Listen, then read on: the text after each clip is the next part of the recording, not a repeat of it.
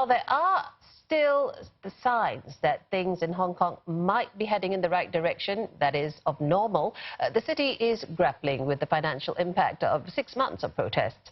CNA's Asia First team is reporting from the territory this week, and well, today they've been looking at how business is coping and what lies ahead. Here's Adam Bakhtia and Yasmin Yonkers.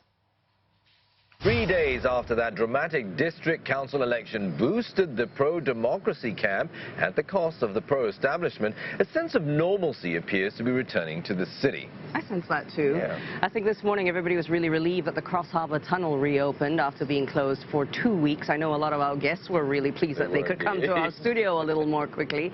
Now, demonstrations are also dying down, and that standoff at the Polytechnic University, it will likely be resolved soon as police prepare to enter the campus tomorrow morning. And then we're going to be tracking that as well. But, you know, nearly 6 months of protest chaos have left the toll on the city. Hong Kong is, of course, enduring its first recession in a decade, with key sectors mired in the muck. Yeah, retail sales have seen double-digit falls this year. They're down 18% year-on-year in September and an even 23% on-year in August. That's even deeper. That's the worst monthly decline on record.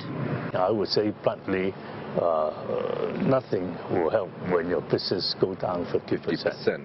But I started talking to the financial secretary way back in July, and he came out with all these short-term measures.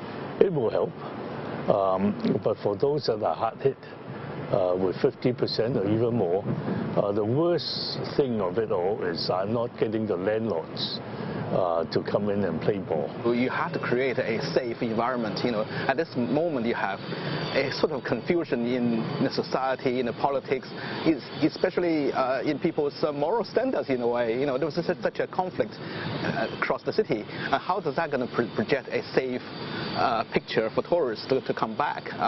So, you know, even if you give money to the affected shops, and that's only solve a week or months of paying a month's rent, let's say, how's that going to help?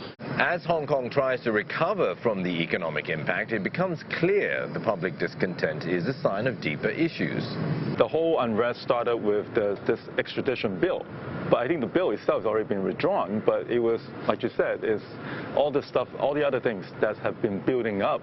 And so now, well, obviously, we have no excuse not to address them now. I mean, it's out in front and center, so we have to fix them. But it's not going to be an easy fix. Otherwise, it would have been fixed long ago. These are the issues that I think the whole community needs to come down to, okay, well, how should we deal with it? Especially in terms of housing, is a big problem in Hong Kong. Under the added pressure of China's slowdown and the U.S.-China trade war, there are fears there could be tougher times ahead.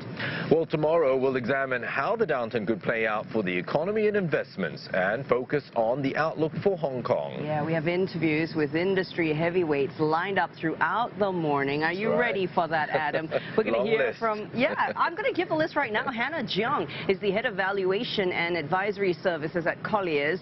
Raymond Cheng is the head of equity strategy for Asia at JP Morgan Private Bank. Plus, we'll also be talking to Dickie Wong. He's the executive director at Kingston Securities. And finally, we have Raymond Young, who's the CEO of Chinese Manufacturers Association of Hong Kong. So, a lot to sink our teeth into on Thursday. Please join us again tomorrow for our special live simulcast on CNA TV and on radio CNA 938 from right here in Hong Kong.